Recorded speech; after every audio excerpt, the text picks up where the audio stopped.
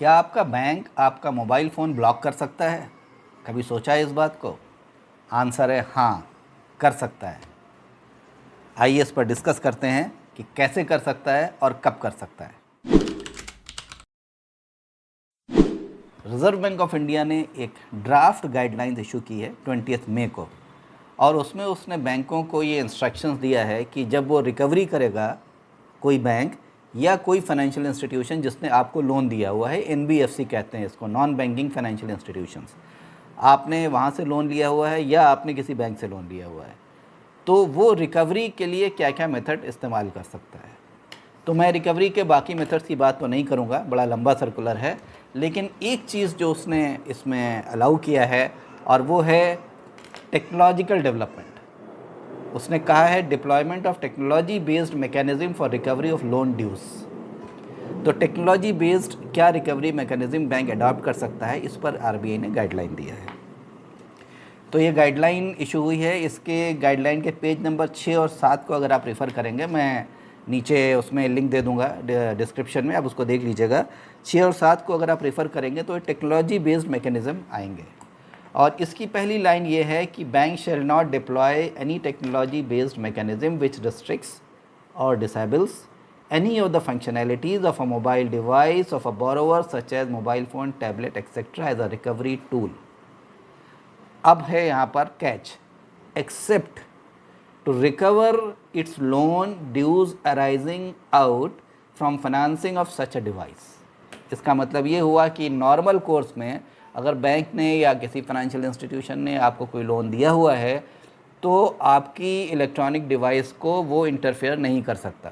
आपने car loan लिया है, हाउसिंग लोन लिया है, और किसी वजह से कोई किस्त नहीं गई या कोई और इशू हो गया तो वो आपकी मोबाइल फ़ोन को ब्लॉक कर दे, ये बैंक्स या एफआईज नहीं कर सकते। तो अगर कोई करे तो आप उसके अगेंस्ट कोर्ट में जा सकते हैं, वो गलत स्टेप है। लेकिन अगर आपने उस डिवाइस के लिए लोन लिया हुआ है, आपने लोन लेकर उस मोबाइल फ़ोन को ख़रीदा हुआ है या टैबलेट को ख़रीदा हुआ है, इन दैट केस बैंक्स ऐसा कर सकते हैं कि वो आपके मोबाइल को या आपकी डिवाइस को ब्लॉक कर दें। तो यहाँ पर ये डिस्टिंक्शन ज़रूरी है कि अगर कोई एक नॉर्मल लोन है उसके लिए आपके इलेक्ट्रॉनिक डिवाइसेस को नहीं रिस्ट्रिक्ट किया जा सकता, लेकिन अगर उसी डिवाइस के लिए आपने उसी इंस्टीट्यूशन से लोन लिया हुआ है तो रिस्ट्रिक्ट किया जा सकता है। ये पहला डिफ्रेंसिएशन है। दूसरा, जब आपने वो लोन को लिया था तो एग्रीमेंट में ये चीज़ बिल्कुल साफ तौर से लिखी होनी चाहिए कि अगर आप डिफ़ॉल्ट करते हैं तो बैंक इस तरह के एक्शंस आपके अगेंस्ट ले सकता है। अगर वो नहीं लिखा है, आपने ये पहले लिया हुआ है, पिछले साल लिया हुआ है, और एग्रीमेंट जब साइन किया था तो आपने नहीं लिखा था और एग्रीमेंट में नहीं है, तो बैंक उस पर ये एक्शन नहीं ले सकता। बैंक से मेरा मतलब बैंक और दूसरे फाइनेंशियल इंस्टीट्यूशन दोनों हैं, मैं बार बार इस वर्ड को यूज़ नहीं करूँगा। तो इस बात का भी ध्यान रखें कि अब जो एग्रीमेंट्स बनेंगे उसमें बैंक इन चीज़ों को एग्रीमेंट में इंक्लूड कर देगा।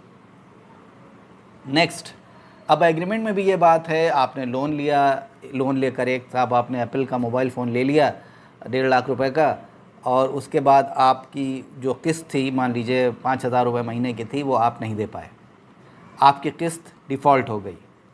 तो ऐसा नहीं है कि आपकी किस्त डिफ़ॉल्ट होते ही बैंक आपका मोबाइल फ़ोन ब्लॉक कर देगा। Bank has to wait up to 60 days. आपके डिफ़ॉल्ट होने के, जब आपकी ड्यू डेट थी उससे 60 दिनों तक अगर आपने उसको नहीं चुकता किया अपने ड्यू को, तब आपको अगेंस्ट बैंक एक्शन इनिशिएट कर सकता है। और 60 दिन होने के बाद बैंक आपको पहला नोटिस देगा, और वो नोटिस में आपको 21 दिन का टाइम देगा और ये कहेगा कि भाई आप आइए और आकर के अपने ड्यूज़ को वापस कर जाइए। इसमें आपको इस बात का ध्यान रखना ज़रूरी है कि ऐसा नहीं है कि 60 दिन तक बैंक कुछ भी नहीं करेगा। वो आपके घर आ सकता है, आपको फ़ोन कर सकता है, रिमाइंडर भेज सकता है, सब कुछ करेगा, लेकिन आपकी डिवाइस को ब्लॉक नहीं कर सकता।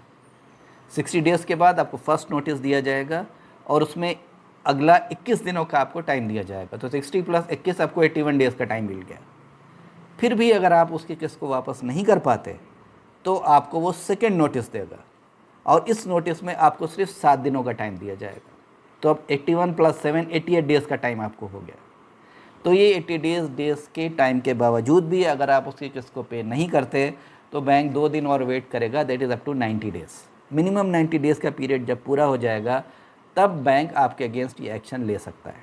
या ये नोटिस देने में ही अगर बैंक ने थोड़ा डिले करके आपको दिया और 90 डेज़ क्रॉस कर गए तो नोटिस टाइम पीरियड, 2 नोटिस का पीरियड पूरा होते ही अगर 90 डेज़ क्रॉस हो गए तो बैंक आपके अगेंस्ट ये एक्शन ले सकता है।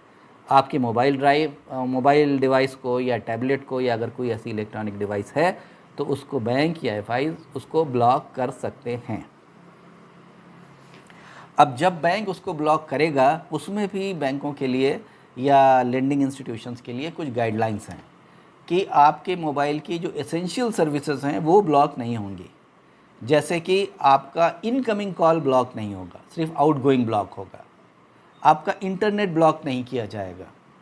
इसके अलावा कुछ इमरजेंसी सर्विसेज जो होती हैं, पुलिस वगैरह के फ़ोन, वो आपके मोबाइल पर ब्लॉक नहीं किए जाएंगे। वो डिटेल्ड में गाइडलाइंस जब इम्प्लीमेंट करेगा तो मालूम चलेगा कि कौन कौन सी एसेंशियल सर्विसेज हैं जो कि ब्लॉक नहीं की जाएंगी। कुछ एसेंशियल सर्विसेज जो उसने अभी लिख दिया है जो ब्लॉक नहीं की जाएगी वो मैं पढ़ देता हूँ। जैसे कि the bank shall not restrict disable certain essential functionalities such as access to internet, incoming calls, emergency SOS features and receipt of emergency government और public safety notifications।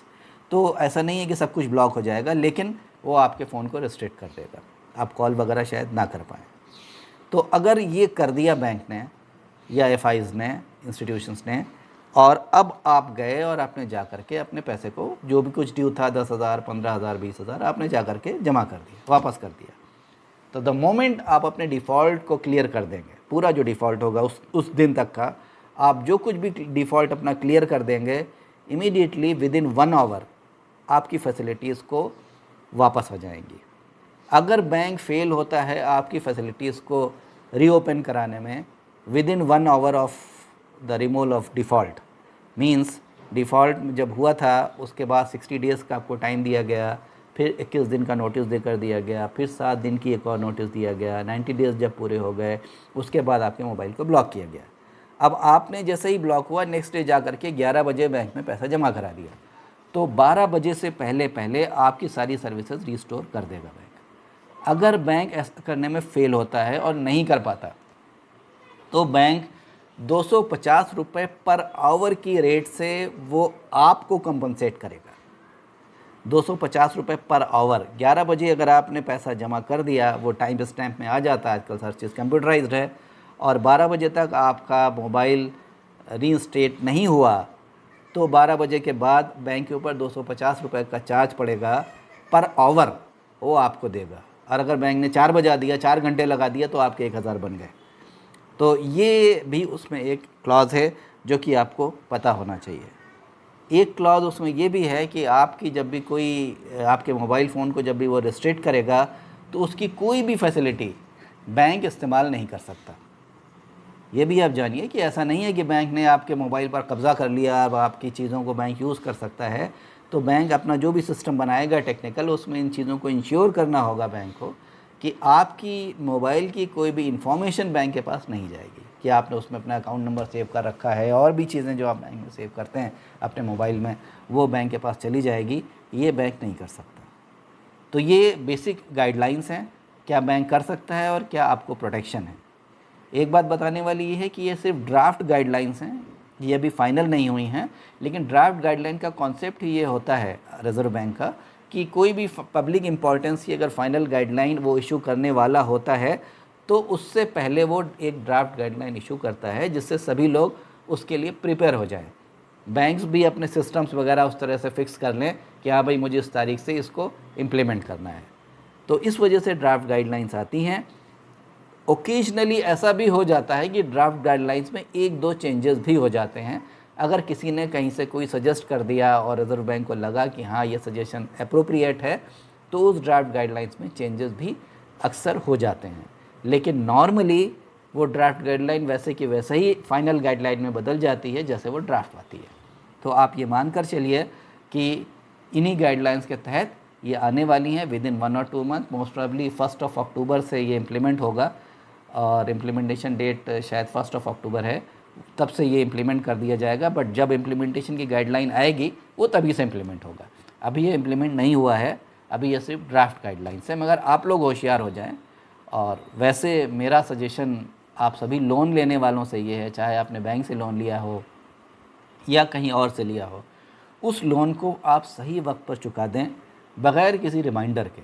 ये आपकी ड्यूटी है कि आप उसको अपने पास रिकॉर्ड करके रखें कि आपको कब ये पैसा देना है और जा कर के दें, ना कि आप सोचें कि जब वो मांगेगा, रिमाइंड कराएगा तब मैं दे दूँगा, अभी मैं कोई और एक्सपेंडिचर कर लूँ, बाद में लोन वापस कर दूँगा। अगर आप ऐसा करते हैं तो फिर आप लोन के चक्कर में फंस जाते हैं। तो अपने आप को इस लोन के चक्कर में फंसने से बचाइए, अपनी रेपुटेशन को इन्हांस कीजिए। अपना जो भी आप लोगों से किसी से भी उधार लें, चाहे बैंक से लिया हो या किसी इंडिविजुअल आदमी से लिया हो, जिस दिन आप प्रॉमिस करें उससे पहले जा कर के उस पैसे को वापस कर दें। और अगर किसी केस में नहीं वापस कर सकते तो उसको पहले से इन्फॉर्म कर दें कि भाई इस रीज़न से मैं नहीं कर सकता, मैं आपको इतने दिन के बाद वापस करूँगा। ये एक सही तरीका होता है, सही क्रेडिट कल्चर होता है। अगर आप जो बोरोवर्स हैं वो इस चीज़ को अडॉप्ट करेंगे तो इस मोबाइल को ज़ब्त करने की या मोबाइल के रिस्ट्रिक्ट करने की गाइडलाइन की कभी ज़रूरत ही नहीं पड़ेगी, क्योंकि आप हमेशा टाइम से रीपे कर देंगे।